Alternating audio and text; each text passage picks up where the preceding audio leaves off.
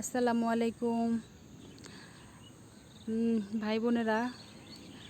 এখন মাহে রমজান চলতেছে, আজকে রোজা 5 দিন। আলহামদুলিল্লাহ আলহামদুলিল্লাহ সবগুলা রোজাই রেখেছি। তো অনেক কষ্ট করেছি, সবজি বাগান করেছি। তো আজকে একটা কষ্টের ফসল, এই যে আমাদের এখানে একটা লাউ হয়েছে, তো ওইখানে আরেকটা হয়েছে। তো মোটামুটি অনেক আছে। আলহামদুলিল্লাহ আলহামদুলিল্লাহ। সবাই আমার জন্য দোয়া করবেন। তো আজকে এটা কাটবো, হ্যাঁ, কেটে রান্না করব। কী দিয়ে রান্না করি সাথে থাকবেন।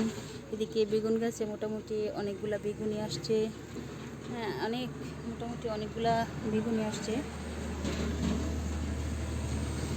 তো পাশে থাকেন সবাই আমার।